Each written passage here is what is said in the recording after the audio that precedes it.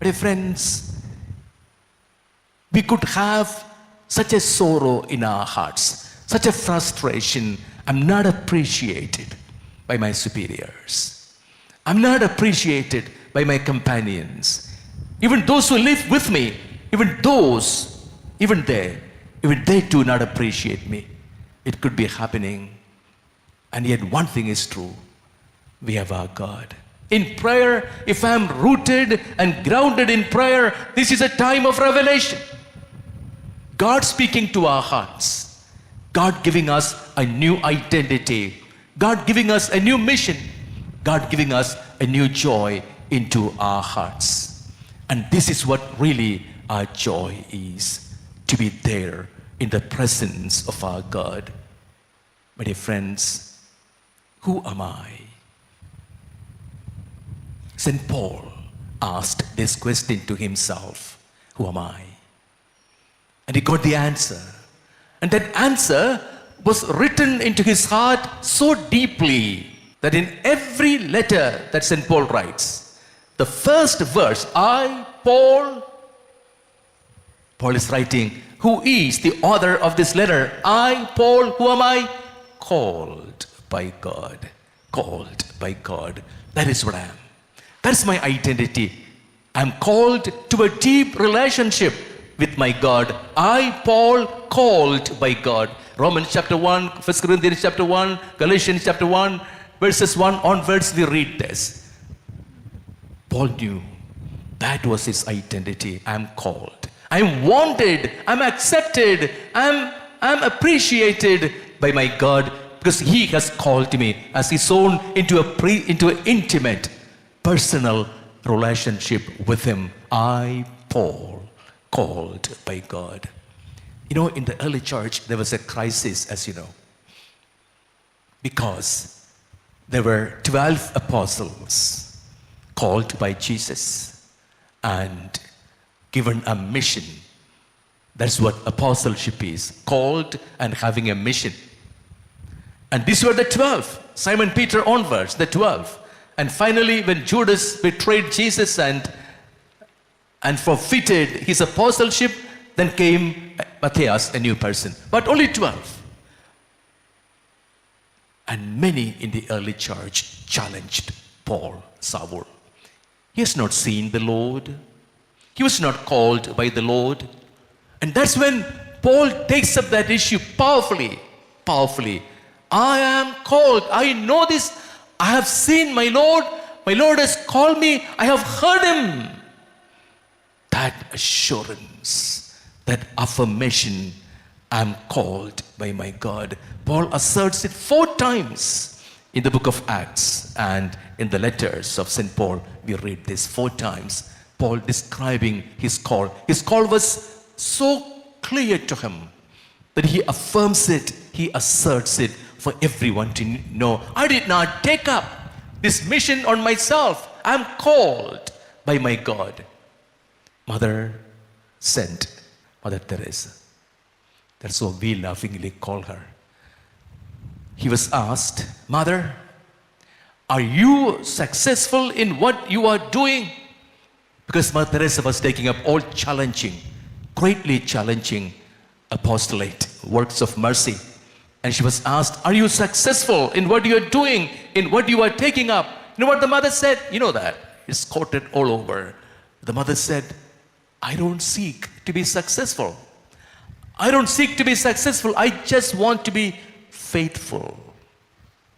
It's a big difference between being successful and being faithful. Successful is about a work. I do a work, I did it successfully. But faithful is a person. It's a very personal concept. I'm faithful to my God. I seek to be faithful. And this is what we should be, faithful. Always to the Lord who calls us. That's why in Mark chapter 3, verse 13, we have a beautiful verse. And we have been meditating this from our postulancy days or minor seminary days. Jesus called those whom He liked. To like someone. To like someone is more than even love, perhaps. To like someone, when do I like someone? I have an emotional bond with him. That's when I like someone. And that's what Jesus has for me. My Jesus likes me. I was wondering, my dear friends, is a whole lifetime enough for me to know the depth of that liking of my God that he has for me? My Jesus looks at me and my Jesus likes me. He likes my presence. He likes me to be with him. He likes me to belong to him. He likes me. Because he likes me, he sends me out to do many things. I'm liked by my Jesus. I'm so dear. I'm so precious to my Jesus. To know this, my dear friends, is the joy of our living. Not our success. Not everyone can always be successful. But we are not what we are doing. We are what we are being. We are what we are. I am. Who am I? I am called because I am liked by my God. My dear friends, there is one more sickness or sin that Pope Francis spoke about. Spiritual Alzheimer's. Alzheimer's, as we know, is forgetfulness. We forget. We forget everything that happens to us, around us. And when it comes spiritual Alzheimer's, what does that mean? I have no beautiful memories. No beautiful memories. Beautiful memories of my deep relationship with my Jesus. I have nothing good to remember.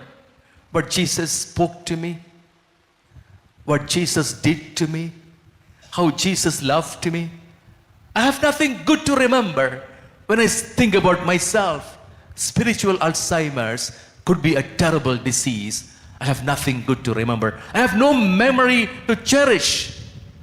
No memory to cherish of my relationship with my Jesus or Jesus' relationship with me. Spiritual Alzheimer's. And that will lead us to existential schizophrenia. Therefore, I'm just going about doing things. I'm not aware, unfortunately, who I am. Therefore, I'm doing things. In fact, my doing things should proceed from my identity. If it does not proceed from my identity, then it is a burden. Always seeking attention from others. Always seeking appreciation from others. Always seeking affection from others. If someone tells me, Father, I love you, I feel so excited. I feel so excited. If it is a person of the other sex, I'm all taken up. I am told she or he likes me. Definitely, it's a joy to know that I'm loved. But then, why am I so excited about it? Why do I search for it? Why do I look for it all the time? Because I'm not rooted. I'm not grounded in the love of my Jesus. I'm not a Peter. I'm not a rock. I'm not strengthened by my love to Jesus. Let me share with you, my dear friends, a very humble experience of mine. There was a moment in my life when I was very distracted, very upset, very shattered. This was just before my priestly ordination. Father Rector told me, Augustine, you are completing your priestly formation. If you want, you can be ordained a priest. I told him, oh, Father, sure. Tell me, what shall I do? He said, you write an application and give it to me. I asked him, Father, what shall I write? He said, write in your own words that you are called by God, that you are completing your priestly formation and you want to be ordained a priest, and you will be faithful to God and your superiors in the Catholic Church. And he said, you are a Vincentian, therefore you will be faithful also and obedient to your superiors in the congregation.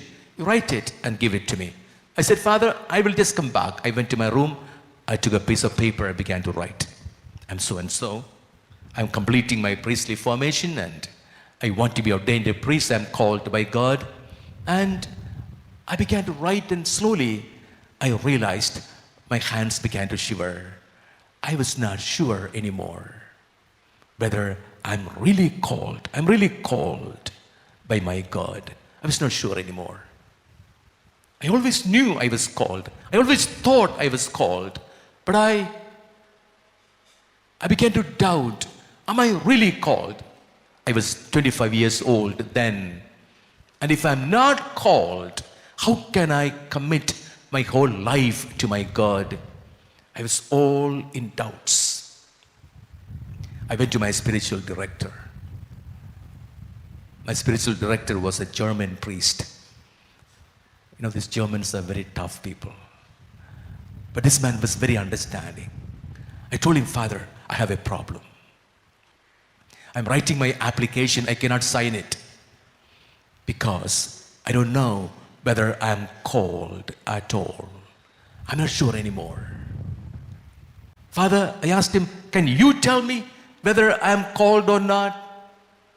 When I asked him that question, he laughed aloud. He said, oh, you're a fool, he said. That I knew.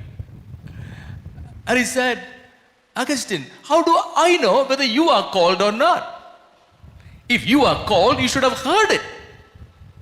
I was shocked. I said, Father, I should have heard it. I don't remember God calling me by name and telling me, asking me to come into priesthood. I don't remember this. And in a very cold voice he said, if you don't remember, that means you are not called. If you haven't heard God calling you, that means you are not called. Simple as that. I was shocked. But then I said to myself, if I'm not called, I don't want to dare enter into priestly life. Immediately he said, Augustine, don't make too many mistakes. Then he opened to me 1 Samuel chapter 3. God calling Samuel. God called Samuel 3 times. All the 3 times Samuel could not hear. He heard, did not know God was calling him. But then when he waited to hear God's call, that's when he really heard. And he responded. God appointed him as the prophet of the people of God. My spiritual director told me, thankfully, Augustine, wait upon God. Wait upon God to hear God calling you. Then we had a retreat. This was a directed retreat, no talks. Only one short session and a holy mass. And we could meet the director every day, and my spiritual director himself was directing that retreat. I asked him, Father, what shall I do? He said, you pray, speak, Lord. Your servant is listening. I started praying. First day, second day, third day. I was very drowsy and hungry the first 2 days. But the third day onwards, I became very calm and serene. An assurance came to my mind that God will speak to me. And I waited praying, speak, Lord. Your servant is listening. The 5th day, something beautiful happened. I saw my Jesus so clearly. And I heard him speaking to me. Augustine, that's my name. You are precious to me. You are dear to me. I love you. As soon as I heard this in my heart, I knew this was Isaiah 43:4. In my scripture classes, my professors have taught me that this is a word that God spoke to Isaiah. But my professors never told me this is what God is speaking to me. But here there's no Isaiah. It's me and my Jesus. I see him so clearly in my heart. And I hear this. You are precious to me. You are dear to me. I love you. I heard it over and over again. A few hours together. I heard it echoing and re-echoing in my heart. I heard it so clearly. At the end of the day, I went to my spiritual director and I told him, Father, this is what happened. He hugged me and said to me, Augustine, this is what it means. This is what it means. God calling to hear it in the depth of the heart. I went to my room. I took that paper. I signed it. My hands did not shiver when I signed that paper. Now it is 42 years I'm a priest. I'm a happy priest. I'm happy to tell you this. Because I know one thing. I belong to my Jesus. He loves me. He cares for me. That does not mean I have no problems. No. That does not mean I have no temptations. That does not mean I have not made mistakes. That does not mean I have not failed my Jesus. Oh, number of times, so many times. And yet, whenever anything goes wrong with my life, one thing I do, I lock my door from inside. I sit on my chair and I ask my Jesus, Lord, where are you? I have failed. Where are you? I'm tempted. Where are you? I feel so weak and overwhelmed by my own weaknesses. I'm so misunderstood. God, where are you? Once again, the same face. Once again, the same voice, reassuring me of his call. You are precious to me. You are dear to me. I love you. My whole attempt is to understand the depth of this voice of my Jesus. That I, who am such a fool, am precious to my God. I'm dear to him. That he loves me. Who am I to be loved by my God? And yet, I know this. I'm precious. I'm dear to my God. My dear fathers and sisters, I believe my joy, the joy of my priesthood, the joy of my religious life is the way my God has called me. The way my Jesus looks at me. And I got it as a revelation from my God. And he must wait for this. I'm called not because my novice mistress told me I'm called. I'm called because my Jesus tells me I'm called in an intimate relationship, a deep affection, a great joy that Jesus has for me. Let's all stand up. Jesus, here I am. I surrender my life to you. Only one thing I ask for. Jesus, I want to get this revelation from you. Who I am. Jesus, you waited before the Father to listen to the voice of the Father telling you who you are.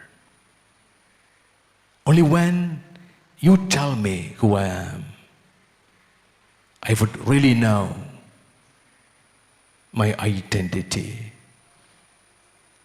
what I am living for. Speak, Lord. Your servant, your handmaid is listening to you. I want to wait upon you, Jesus, today. I want to spend time. I want to waste time sitting at your feet to to listen to your voice. Here am I, your servant. Let it be done to me according to your word.